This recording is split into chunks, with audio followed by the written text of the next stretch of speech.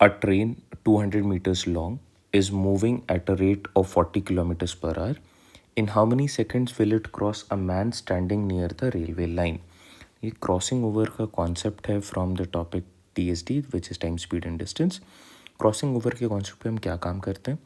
If this train is crossing a man which is stationary और a पोल और a tree, तो इन सारे cases में we tend to take that object as point object. Reason क्या है कि इसका जो हॉरिजॉन्टल विथ होगा वो नेग्लिजिबल होगा when we compare it with the length of the train.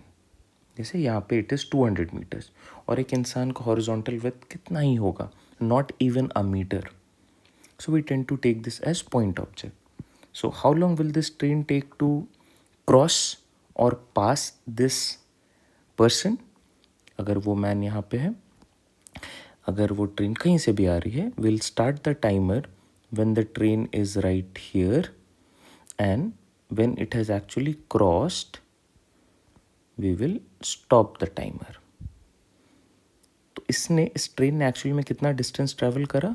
This is equal to the length of the train. So time is always distance by speed. Distance is length of train which is 200 metres upon the speed of train which is 40 kilometre per hour. अब देखो unit conversion करना बहुत important है.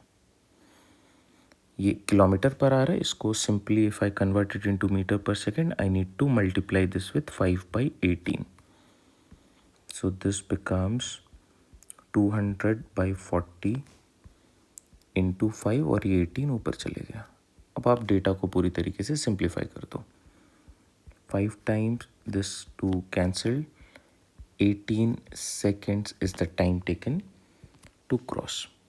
ऐसे बहुत सारे similar question based on the concept of crossing over, based on the concept of relative speed आपके previous year में पूछे गए हैं, जो आपके अपकमिंग एग्जाम के लिए भी काफ़ी इम्पॉर्टेंट हैं. All right, I hope this helps.